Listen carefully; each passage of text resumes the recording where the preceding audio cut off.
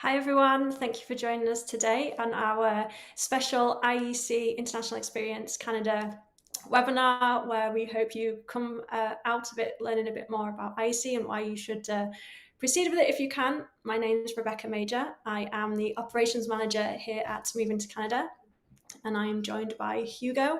Hugo is our Director of Partnerships and has been with Moving to Canada since pretty much from the beginning of when it was started in 2012. So if you've used Moving to Canada, you've got him mainly to thank. So Hugo, do you want to kind of give yourself a brief introduction? Yeah, thanks. You're too kind. Yeah, I'm Hugo. I've been in Canada for a long time, coming up on 13 years. Originally moved on IEC and sort of dabble in the program in my work every single day. So, Rebecca, I believe you also moved through IEC initially, and you've been here for a similar length of time. So it's two former IECers working in it now every day with our great team here at Moving to Canada, and looking forward to chatting with the community for a big 2024 when plenty of them will arrive here. Yeah, absolutely. So the purpose of this webinar is to really give you a oversight of what the IEC program is, but also give you an opportunity to ask us questions. So I know it can be really overwhelming with all this information available. We're hoping that we can spend at least 40 minutes with you kind of going through your questions. Some of you did send us questions beforehand, so we're going to try and tackle all of those, and then we're going to look at the live questions that come in. If you just kind of enter them into the comments, we'll be able to see them. So we're going to spend a bit of time going over what IEC is, the benefits of IEC if you're eligible, what the eligibility requirements may be, what you'll need to apply, how long you can expect it to take, and the application document you can expect. And then we'll move on to the answering of your questions. So Hugo, do you want to start by telling us what IEC is?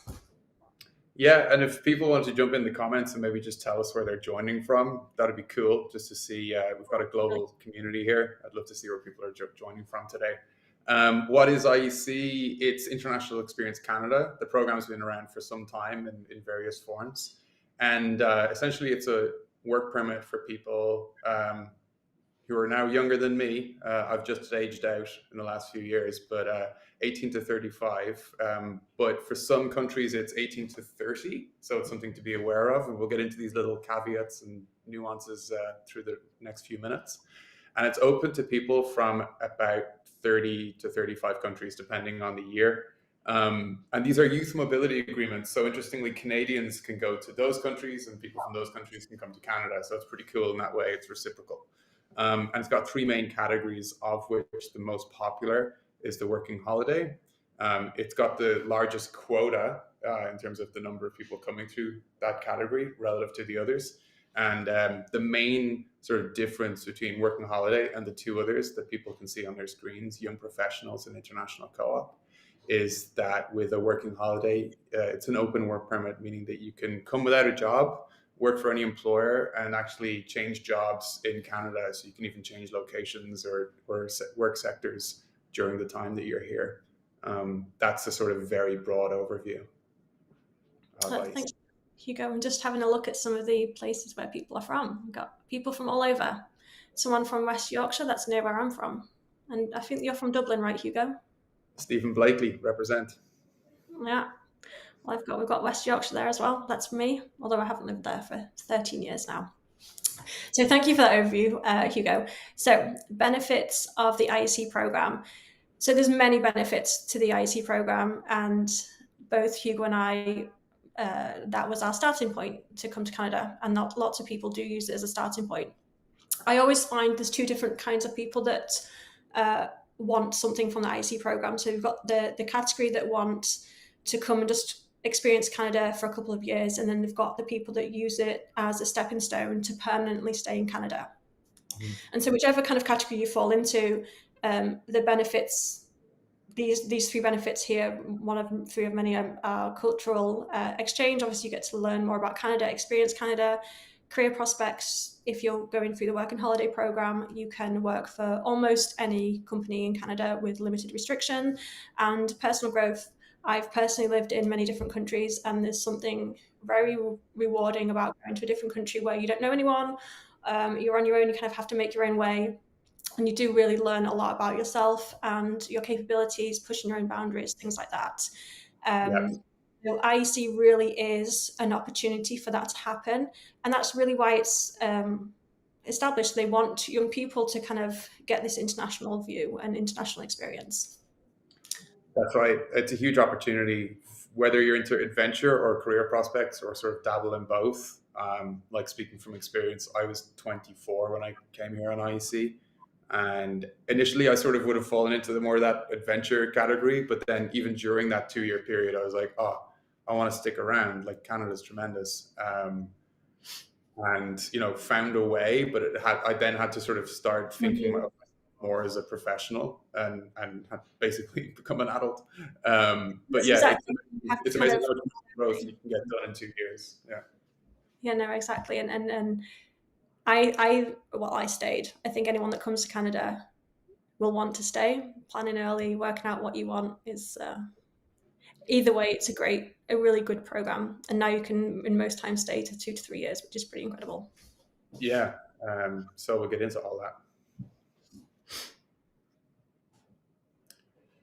Yeah, this is eligibility requirements. So you can see the list of countries there. Each applicant must be from one of these participating countries. And whether you're from, some people have multiple citizenships. It just basically means you hold a passport from this country. Okay, so and in fact, like a little side note, if you hold multiple passports of some of the countries here, it might increase your chances of coming to Canada. We'll probably address that in a moment. But you can see the countries there. It's a lot of European countries, but also you see Taiwan, South Korea, Australia, New Zealand, Chile's there. So there's a lot of countries from around the world, and each participating country has its own rules for IEC. So that's why eligibility here would take us all day to go through per Mhm. country. But here are some of the sort of like the max age is 35 or 30. In most cases, it's 35, but in some cases, it's 30. So there's an eligibility requirement. Um, and you must have a passport from one of these countries. That's kind of it from an eligibility point of view for working holiday. For young professionals in international co-op, for eligibility, there is a job offer component, and we'll address that in a moment. But yeah, that's the basic eligibility requirements. Just be from one of these countries and be within the age range. Obviously, it starts at 18 as well, so you can't be 16 or 17. You have to be 18. Mhm. Um, yeah, And that's I think basically one of it. the questions we had was, I'm 17, can I apply? Mm, Unfortunately not. Eligibility, you have to be 18. So there's really no benefit to entering now, because if you do apply, unfortunately, you'll be refused. So yeah, just hold great. on a little bit longer. Yeah, So so Rebecca, maybe you'll just walk through how this works from a sort of executional point of view there. yeah, no, absolutely. So luckily, well, when I when I came as an IEC, it was a completely different program. It was so easy. I don't know about you, Hugo. There was no pool, there was no competition. Now it's become more and more competitive. And how the immigration department of the government has handled that is they've introduced a pool of candidate style system. So if you're eligible, you have to enter a pool of candidates for your program. So if you are a working holiday applicant, you enter the working holiday pool. And so, randomly throughout the year that the program's open, so generally from January until the end of October time, or when the quota's full for each country, they will do draws from the pool. And from in a draw in the pool, you will, they say every week, it seems to be weekly, they will select a certain number of applicants. Um, and if you are lucky enough to receive an invitation, you will have 10 days to accept that invitation and a further 20 days to submit your full work permit application that needs to be super complete, because the last thing you want to do is get a refusal at this point, and then you'll have to go back into the pool, whatnot. So you have received an invitation, you have 10 days to accept, 20 days to submit, and then you can expect the application processing time to take between a month to 3 months, depending on how competitive and how many applications they're processing. Yeah, Um, Rebecca, like we saw a couple of questions come in before around like what you'd need to submit. Like when you say 20 days to submit a complete permit application, what can these people that are on in the chat expect to have to submit before that 20-day deadline? yeah, because a lot of people really like to prepare early for this, which is which is great. There's not many documents you can prepare early. So if you do receive an invitation, you can expect to submit general application documents like an application form. You can expect to submit your resume, a digital photo, copy of your passport, police clearances. This is a big one. You'll need to provide police clearances from all countries where you've lived for at least 6 months from the age of 18. So that's really important and can take some time. I don't generally recommend getting them now, but what I do recommend is knowing how to get them. So if you do receive an invitation, you don't have to kind of mess around researching, you know exactly what to do, when to do it. And so they're the kind of application documents that you can expect to have to submit. And then some countries like Italy, for example, have additional requirements, like you have to prove that you're a resident of that country. So again, you really want to take reference to your eligibility requirements, because if you need to show that you're a resident of the country, you'll need to show like a billing address or something to show that you live in that country as well. Yeah, thanks for that, Rebecca. I just saw a question come in from Bryony saying, will this be recorded? And yes, unfortunately, those watching later won't be able to ask a question, but we will throw this live on our YouTube channel within a matter of hours, I expect. Mm-hmm. So, yeah. So, how to increase your chances of being selected? As Rebecca just alluded to, the invitation process is random, but the more invitation rounds that candidates expose themselves to, the higher the chance that they will be invited, because they're sort of getting extra lottery tickets for free. A good example is the UK. Generally, at the start of the year, there's a finite amount of quota, which is a few thousand work permits, and then the demand for that is sort of, the chances are that if you get in, you can have a reasonably high chance of being invited. But over the course of the year, demand increases, but the supply does not. And the number of remaining draws through the year continues to go down. Basically, there's a supply and demand issue. I'm using the UK as an example, but there's other countries as well where this applies. And candidates are really best served by getting into their pool as quickly as possible, so that they can increase their chances to apply. A couple of questions we saw coming in were like, oh, but I want to come in late 2024. I want to come in early 2025. So I'll enter the pool later. This is a bit of a misnomer and is tactically weak for the following reason. You've got a year to land in Canada after you're approved. So if you enter the pool today, get invited, you've got 10 days to accept, 20 days to apply. Let's call that 1 month. Then the processing time is probably another month, maybe slightly longer. And then it's only then, which might be March or April, in a best case scenario, being invited sooner, where you're approved. And then you've got until deep into 2025 to arrive. So get in the pool today and give yourself the best chance of being invited, which is a prerequisite to being approved. Would be my one and only piece of advice really on applying early. But then also there's some people aren't really aware that there's other routes within the IEC category beyond the working holiday. Young professionals being an example. Like, let's say I'm a British national, which I am not, but let's just say I am. And there's an extra demand for the quota for the working holiday. If I can secure a job offer in Canada, I might be able to go through the young professionals route, where there's plenty of work permits to be handed out and less demand for them. And I'll be able to be living and working in Canada sooner than I might be through the working holiday. So those are two things that people should bear in mind with respect to increasing their chances of being invited to apply to the program. So we kind of touched on this already, what you'll need to apply. This is if you receive an invitation, but really to enter the pool of candidates, to kind of get your name in there when Hugo's saying get in early, you really don't need much. You need to complete a very short application form and have a copy of your passport. So you have the passport number, you don't have to submit documentation. So you really shouldn't be put off applying, because it doesn't take time. It doesn't take any time at all. You don't need anything really. It's free to enter the pool. You only pay the processing fees if you are applying for a work permit, if you've been selected. And the work permit fees, if you are selected, are listed on the screen. I won't go over them. You can see them. It's a very affordable option for many people. It's one of the cheapest work permits that you can get. if you look at kind of not having to have an employer sponsor you with an LMIA, things like that. So these are general documents you would need to apply for the work permit. And then there are additional documents once you land in Canada, say, but for now, this is what you need. But don't be put off if you haven't got your police clearances. Don't be put off applying to the pool. You don't need them just yet. You'll need them if you get an invite. Yeah, and just another note, Rebecca, on the costs is those are the government fees. But this program, there's no real incremental costs. There's no language tests. There's no education sort of screening. There's very few incremental costs. Mm-hmm. One that you might be aware of is getting transcripts, Yeah. or getting a police certificates. I mean, in some jurisdictions that entails a nominal cost.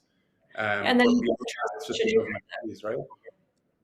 yeah, so if you have a police clearance, you'll need to be that'll need to be translated to English or French. So it's again less application documents, which can mean less fees. In some cases, you might want to do a medical, depending on what you intend to work on. But again, it's a very affordable option for most people. Cool. I see a very quick question we can handle there, Rebecca. Andrea Collins, how long do you have to use the visa once accepted? It's 1 year. It's 12 months. Yeah. And one sort of side note there is try and have your passport valid. It's tough to sort of change that later and like go through the bureaucracy on that front. It's not impossible, but yeah, in a situation, a normal situation, how long do you have to use the visa once accepted? It's 12 months. You have to land in Canada within 12 months of being approved. Yeah. It does give you a lot of flexibility. So when you're concerned about whether to wait a couple of months, you have the flexibility within the application process itself, and then after, once you're approved, to kind of determine your own timeline then.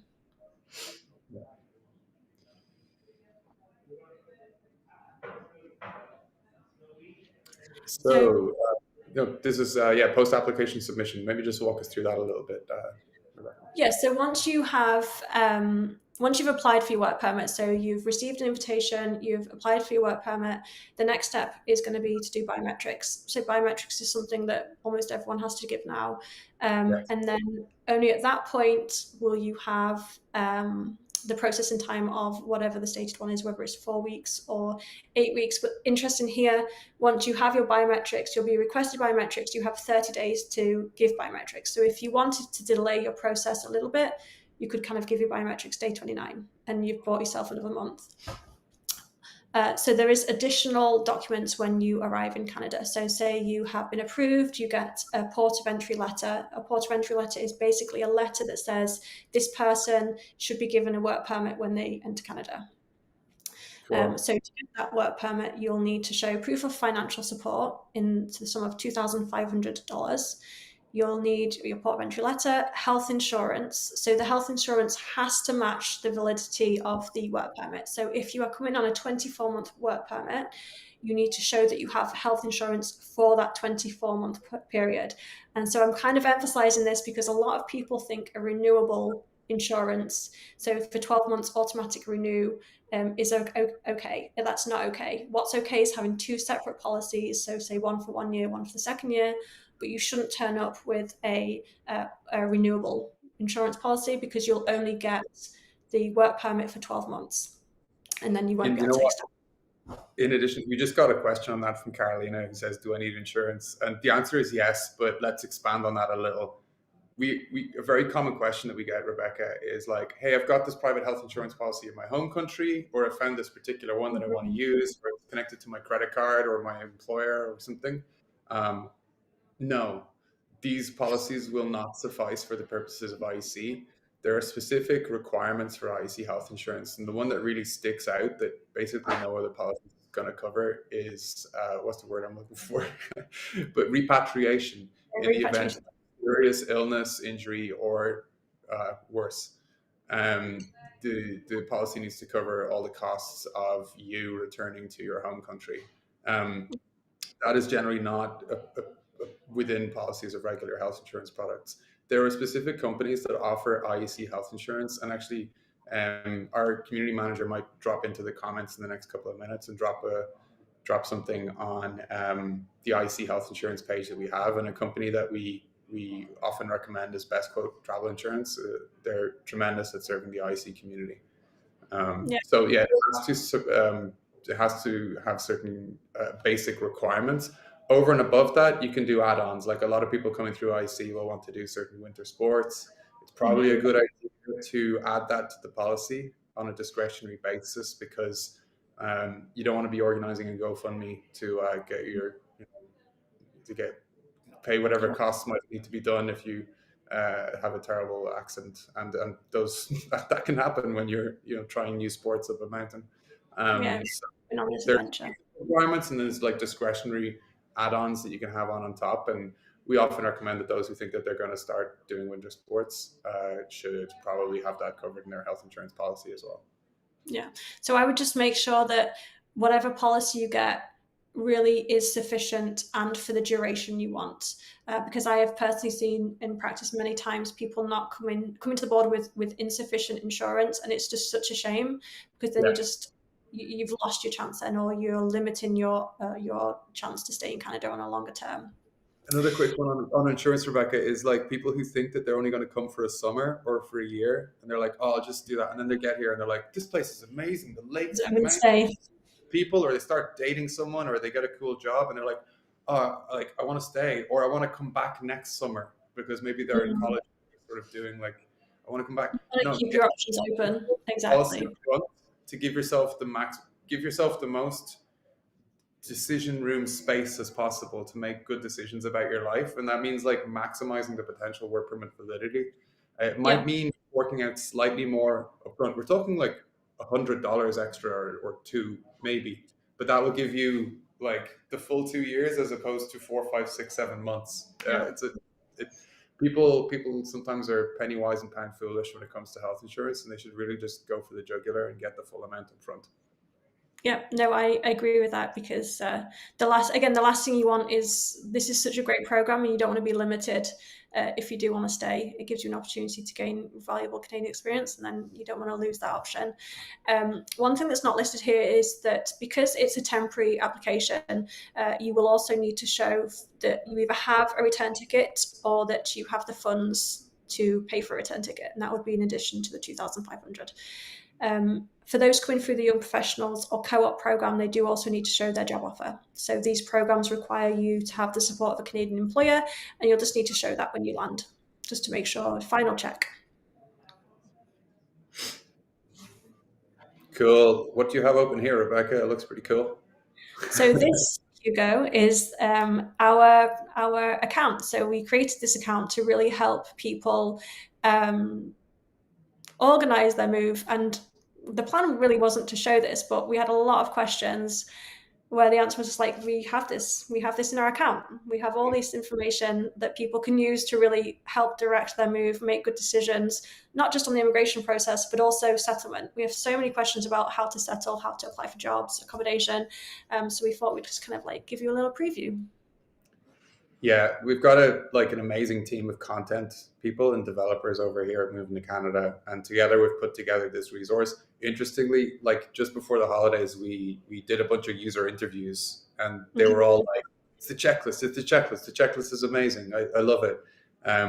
It doesn't seek to replace the government at all or replace the government web pages. In fact, it helps people navigate that, but also helps them set their life up in Canada, holds them accountable to deadlines and things like that. So those that do use it tell us all the time, this checklist feature is amazing. And the other thing, Rebecca, that to note for the community here is that it's not exactly the same checklist for everybody. It responds to, let's say you're from this country or that country, or you're moving to this destination or that destination. The tasks in the checklist will be presented accordingly. So it's not just like one size fits all. It is personalized and dynamic. Maybe just pop open the first task there so people can get a sense of, find out if you're eligible. There's like video content behind there that is only available behind there. It's not anywhere else. And people can proceed through it by marking it complete, and then that dynamically changes what the next task is. And people that are using this are telling us all the time, this thing's amazing. And Rebecca, how much does it cost? It's free. There you go.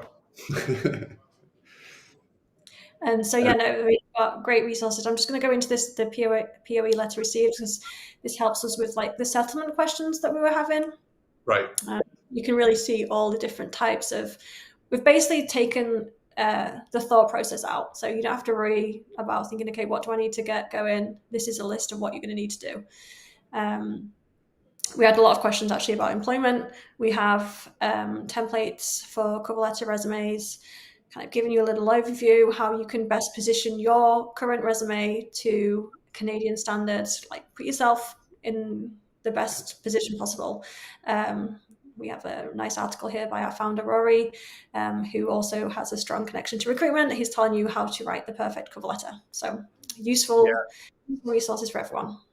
Yeah, Rory there is like a guru when it comes to cover letters and things like that. He runs a recruitment company called Outpost, and anyone who's tuning in who's a construction or engineering professional, I encourage you to look up outpostrecruitment.com, where they have placed IC candidates in highly lucrative jobs that are really, really cool, particularly in Western Canada. So any engineering people or construction people tuning in, go check out outpostrecruitment.com, submit your profile, and they'll be in touch. Yeah, no, absolutely. Okay, so that is our quick glimpse into our account for you to have a ponder. I recommend anyone that's looking at starting IC, wherever you are in your journey, it's going to add some value benefit to you. So we can go on to the question and answer section. So Hugo, let's start by answering some of the questions that have come through on the sign-ups, I think, because that's pretty comprehensive. And then we can go through some. Yeah, we had a good few come in from people who signed up. I'm going to start with one is, what is the best way to find affordable accommodation? So I'll handle that one, Rebecca, maybe. Okay. Let's assume that they're talking about affordable rentals, not affordable house buying. People on IC, working holidays, generally don't have the the funds to buy a house in Canada from day one. So I know that, like, from looking for accommodation myself, but also through my network and being across Facebook groups and things like that, is Kijiji is a big one for rentals, but also rentals.ca is great. And then sort of on the more casuals for sort of sublets and house shares, making connections on Facebook groups, basically making a call out about your need and seeing what comes back. I see this all the time. People who are willing to share or actually want to share accommodation. This is often how it happens through social media.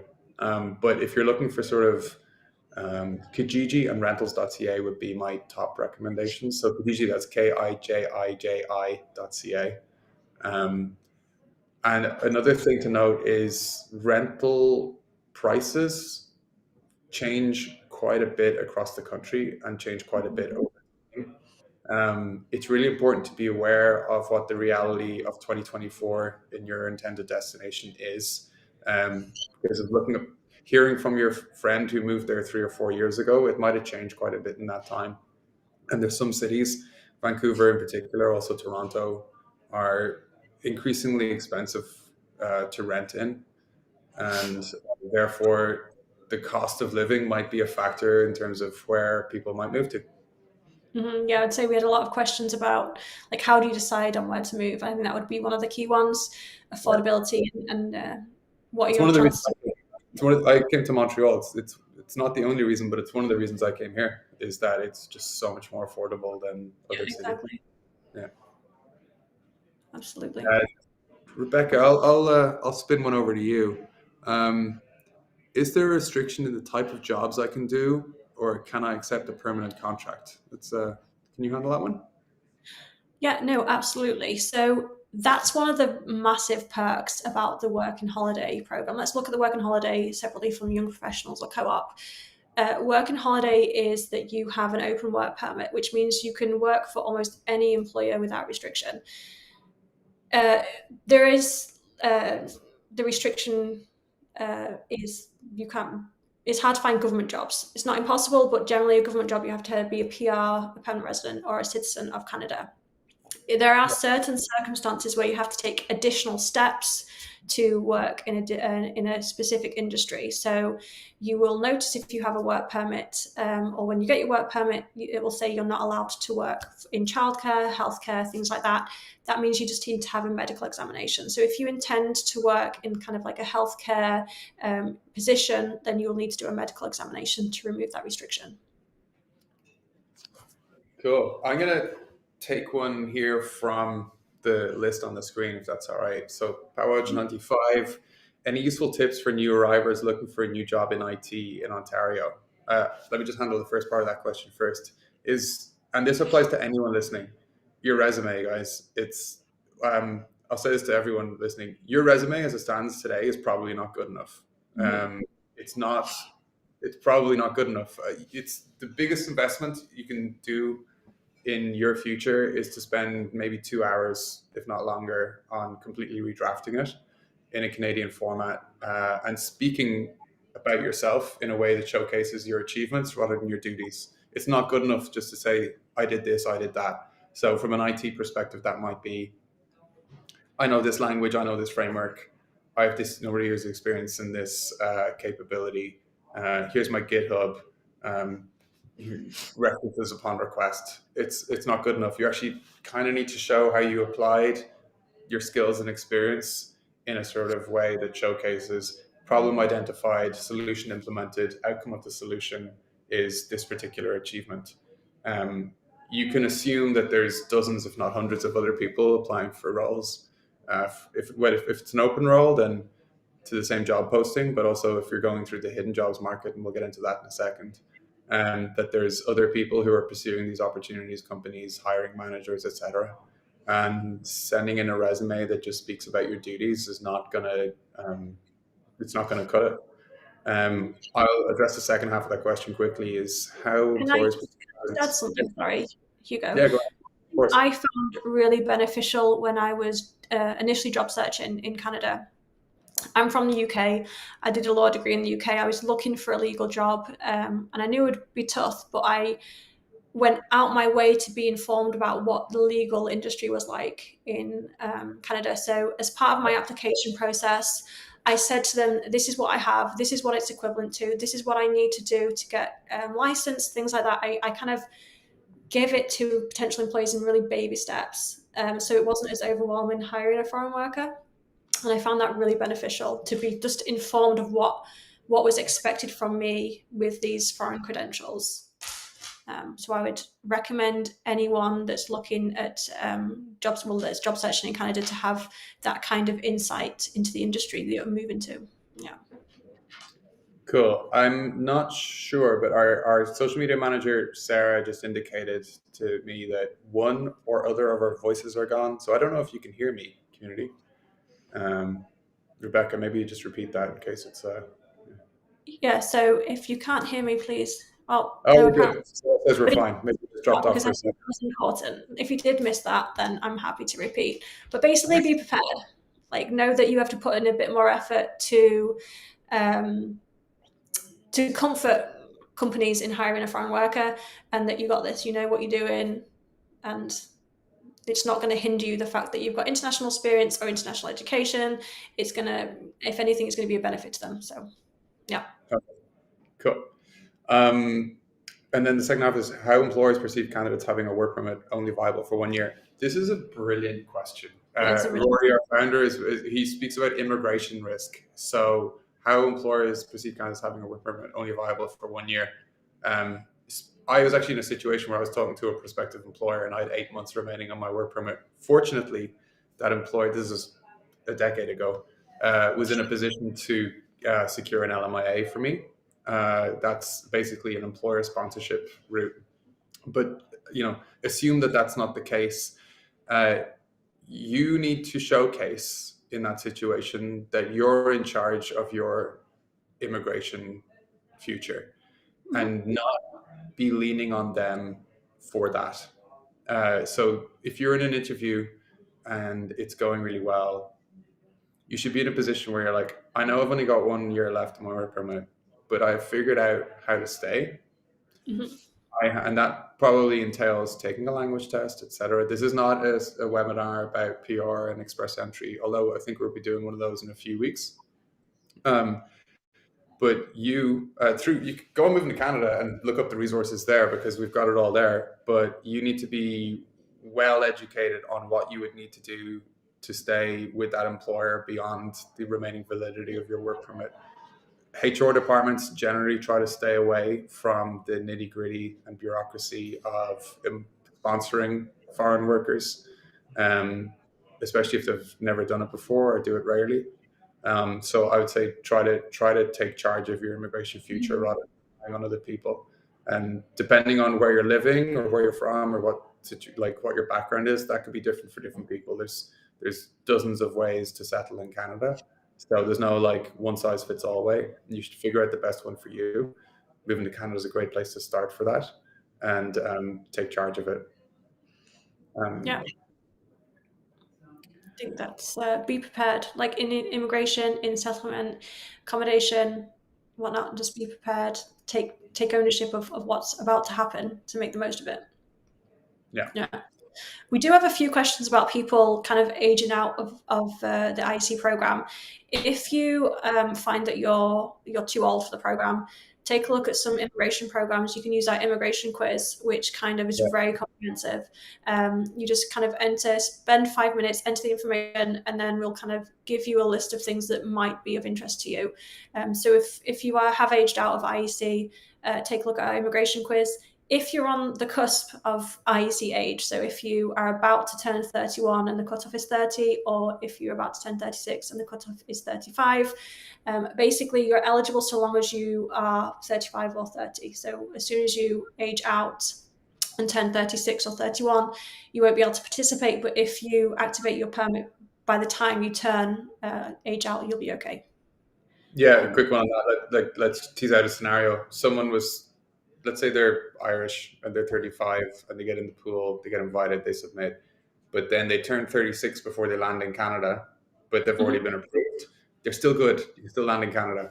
If you have Yeah. So so yeah, you can actually land in Canada a year beyond the max age as long as you're approved while you're within the age range. yeah.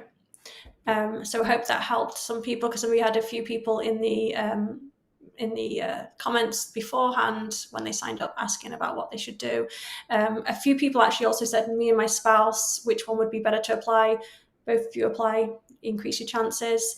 There's also this issue that you can't include dependents. So obviously if you have a partner, you want to travel together, IEC clearly says that you can't include dependents. That means you can't include them in the application. They can travel with you on their own merit. So say if I have, I'm 30 and I have a daughter that I want to bring with me, if that person is eligible on their own merit, they can come with me, so they can get a study permit or work permit, visitor visa, depending on their age and if I'm working. My partner, for instance, if I received an ITA and submitted an application for a work permit, was approved, but my partner's still waiting in the pool, they may be able to get what's called a spousal open work permit once you're in Canada working. So although initially this is a project for yourself, there are options to bring family members in certain situations as well. So That's right. Tackle some questions. Quick question there from Charlie Lucas is, can you leave and return? In a word, yes. There is a line on work permits that says something like does not guarantee re-entry, which kind of throws people sometimes. Basically, you're not a citizen of Canada. They're under no obligation to let you in. It says do not guarantee re-entry, but it does mean that, like, absent any extraordinary case, like, you're going to be let back in. It's going to be fine. Just like try not to commit a serious crime while you're abroad, and or while you're here, and they'll let you in. It's no biggie. You'll be able to go home for the holidays and return to Canada. Yeah, and actually someone asked about this, kind of connected. They have received their port of entry letter, but they want to initially enter as a visitor. And so is that allowed? So when you enter Canada, you would have to make it clear that you want to enter as a visitor, and you would need to satisfy the requirements of a visitor. Yeah. And so that means you're like a genuine visitor. And then Yeah. if you're accepted in, this is all discretionary, but you shouldn't have a problem. You would then later activate your work permit. But you just have to make it really clear that you are entering as a visitor, not activating your work permit. Yeah, people often use that as a tactic where they kind of have the POE letter in their back pocket and they come in and they might, scout around a couple of neighborhoods, and then like when they're ready to like get active in terms of work, which means you're getting a social insurance number as a prerequisite. The social insurance number, like the people joining from around the world, in your own country, there's probably some sort of bureaucratic process to securing a unique ID for you that it relates to your employment, tax, etc. In Canada, it's called a social insurance number or a SIN. This is it's really straightforward and simple to get on IEC. You can do it in person or online. A lot of people go in person because it expedites the process typically. Um, that's the kind of thing that you would have to wait until you've got your actual work permit in your Yeah. passport, which is like activating your IEC. But some people do come as a visitor first. For example, if they're just like trying out a particular destination and to make sure it's right for them or something. But that is people have different reasons for doing that, but it is possible. Someone's asked here, Hugo, is it common to transition from working holiday to young professionals question? Young professionals permit once you secure a job offer. I really like this question, so I'm going to take it. So this is actually a really fun tactic, but I wouldn't switch my permit as soon as I got a job offer. If I was eligible to participate in both, I would do my working holiday, and then I would apply for a new permit under the young professionals if my country of participation allowed multiple participations. And that way you've got 2 years rather than one. So it's great. Honestly, the young professionals is a really good option for a lot of people. It Yeah. is this employers are a bit kind of petrified by the LMIA process, which is the kind of normal way that you would hire a foreign worker. The young professionals doesn't require that commitment from a company. It just requires a very fast form for them to complete.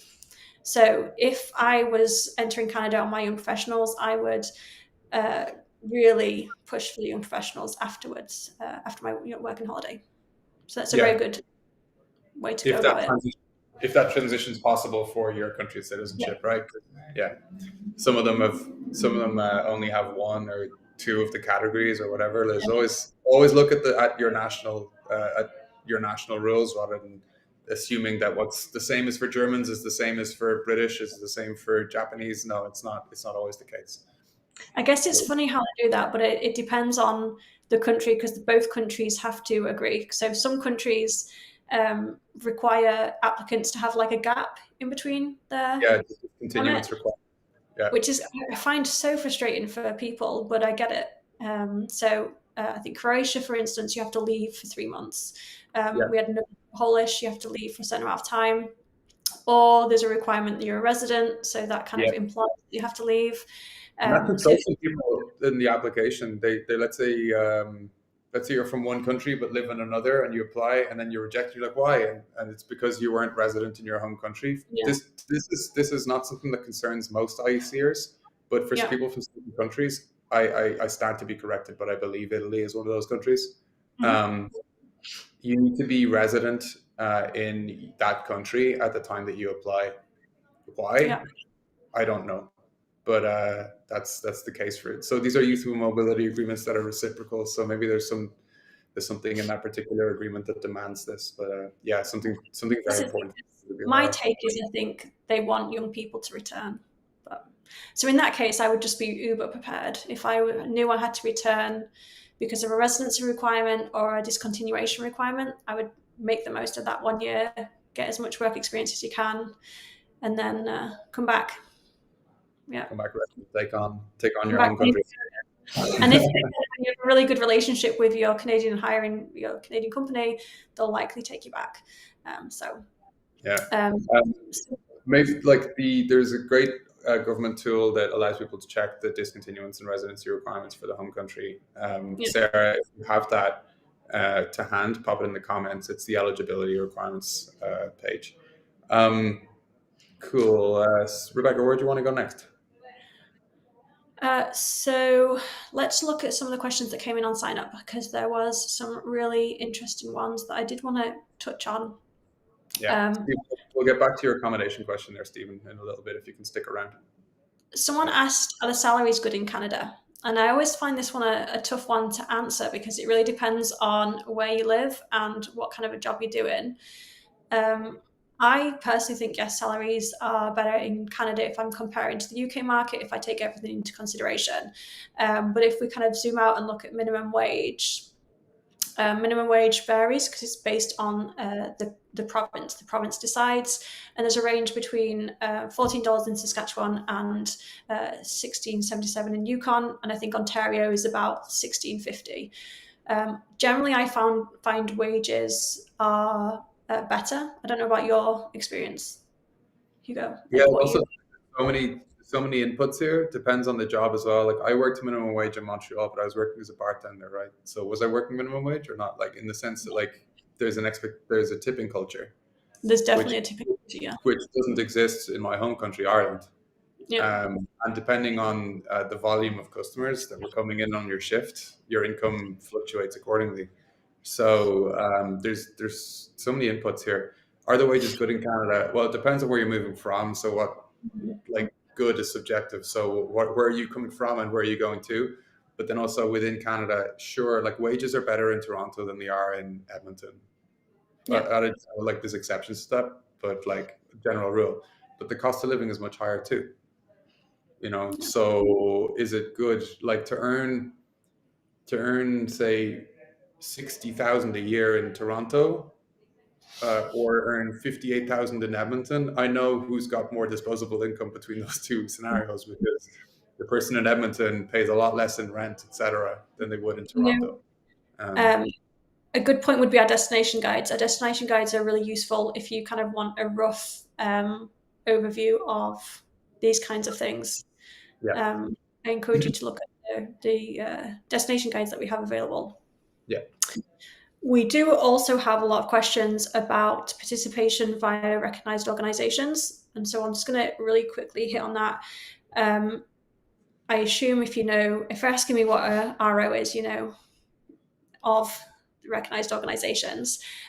They are a really good way to participate. Again, if you've exhausted your country's participation quota, they are participation via a RO does not count towards your country participation, and vice versa. If you've done a country participation, it doesn't count towards the limit on the recognized organization. So if you are kind of stuck and have maxed out your quota, check out the recognized organizations. They might be able to help you, but unfortunately you have to pay. It's kind of a pay-in thing.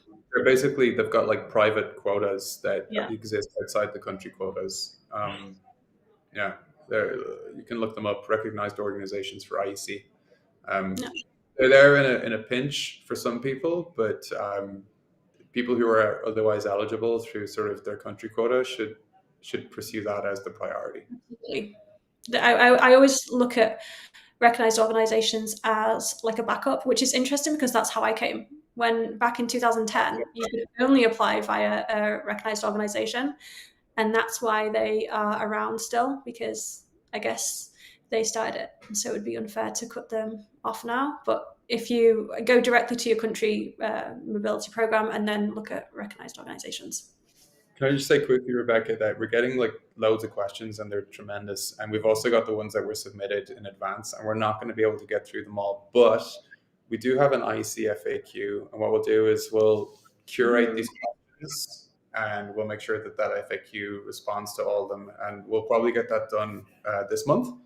But just to reassure people that even if we don't answer your question live today, it will be addressed on movingtocanada.com as quickly as possible. So yeah, let's just rattle into another one. Rebecca, if you don't mind if I handle the one on how can you pay rent without Canadian account or credit history, Canadian bank account history. First of all, I don't understand why people wouldn't have a Canadian bank account if they've arrived and they've landed. The banks want you. They want your custom. I moved to Canada recently. We've been working with Scotiabank on their newcomers package, which is called Start Right. It's a tremendous program.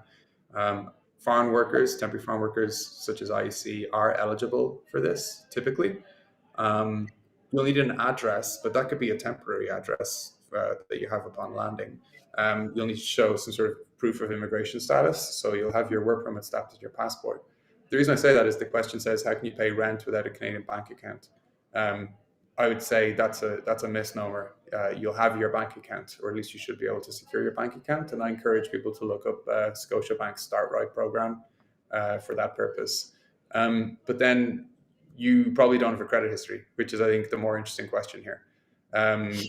Landlords in Canada will typically look at your credit worthiness, which is basically your an impartial assessment of your ability to repay, to pay things on time. You don't, as someone who's coming here, you don't have a history of payments. You've not just, it's not that you're bad, it's just that it doesn't exist. Mm-hmm. So how can you give a landlord confidence that you will pay rent on time? So they're looking for a credit history, but why are they doing that? They're looking for some sort of peace of mind that you'll pay rent on time. So you could show proof of savings from a bank account.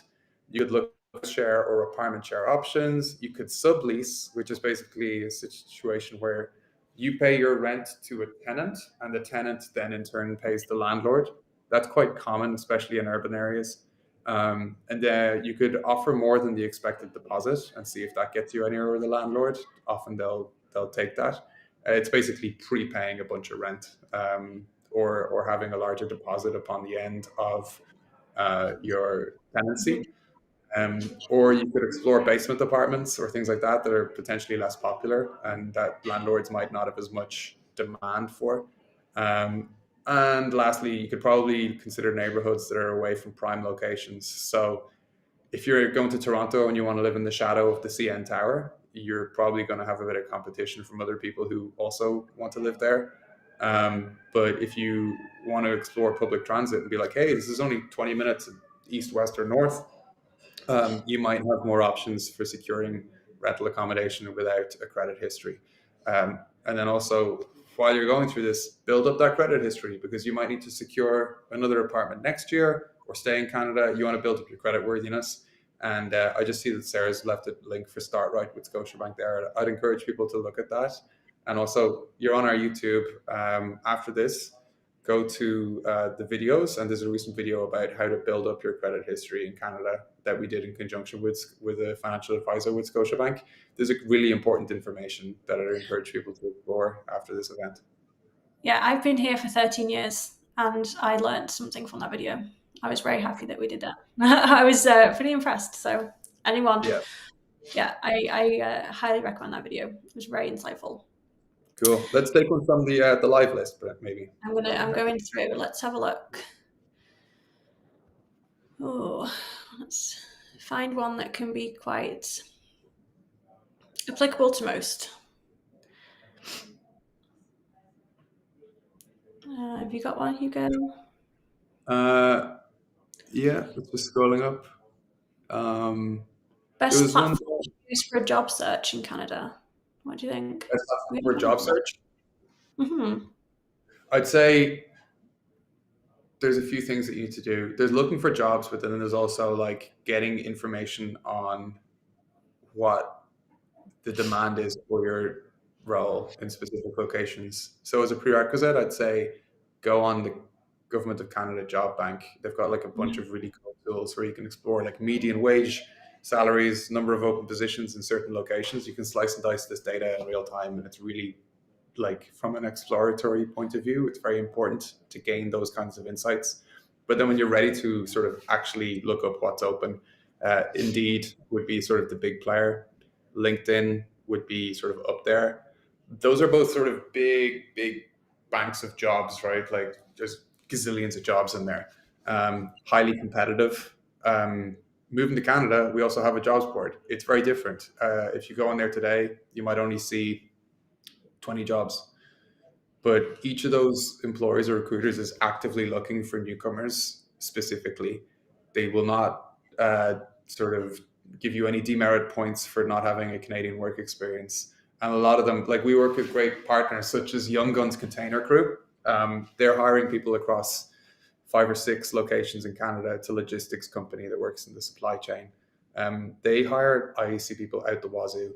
We've placed more than 100 IEC people with them over the last couple of years, and so many of them, there's an upward trajectory there through their travel, work, and play program. You can actually start with them in one location and move to another and be promoted, and it's really good. And if people who are looking for hospitality or seasonal roles, they should look at Pursuit. They hire people in 4 locations in and around the Rockies, ski resorts primarily. Sarah might be able to drop a link or 2 in before the end of the call. So like that's going from like very big to very specific. So Indeed and LinkedIn for sure. Job bank, get in there and look up what the median salaries and demand is for your role in different destinations in Canada, and then check out the Moving to Canada jobs board. And if you've got a Moving to Canada account, which is free and gives you access to the checklist that Rebecca showed earlier, we've actually got a feature in that account where we match people with certain jobs based on their skills, experience, and goals. And soon we'll be launching sort of a feature where people will be notified when specific jobs that match them are become available. So yeah, there's loads on jobs. I could talk about jobs all day, but Indeed, LinkedIn, Job Bank, Moving to Canada. I think jobs is like maybe the number one concern. For me, what I like most about the working holiday is you don't have the obstacle that the Canadian company have to sponsor you. And so it just makes life a lot easier when you're job searching, whether you decide to job search in your home country or wait till you have activated your work permit. The work and holiday permit really does make life a lot easier for you. So with that, we've come to the end of our webinar. And any parting words, Hugo? Or I'm very happy that we had a very good attendance, and I hope we answered most of the questions. If not, we will update our IEC FAQ page. And I really hope anyone that's interested in coming to Canada really explores the IEC program, because I wouldn't be where I am today if it wasn't for me going through the IEC program. So. And where are you today? You're living your best life, right? I'm living my best life. I'm now a Canadian citizen living in Montreal. So it's Montreal too. But I mean, it's not easy. You will have obstacles, but just kind of face them, be prepared, know what's coming, kind of put the odds in your favor. And in most cases, it works out. Yeah. My parting word is going to be, last month our team interviewed a bunch of IC users of our website, and pretty much all those users were like, man, this checklist is incredible. Okay. And I think Anticipate afterwards, I know Sarah's been dropping links to Scotiabank, Young Guns, Pursuit, blah, blah, blah, where people are going to be like, oh, I can't find the link. If you just create a Moving to Canada account and self-identify as an IC participant, you get all this stuff and more for free instantaneously. So just go off, create the account, say, hey, I intend on moving on an IEC work permit.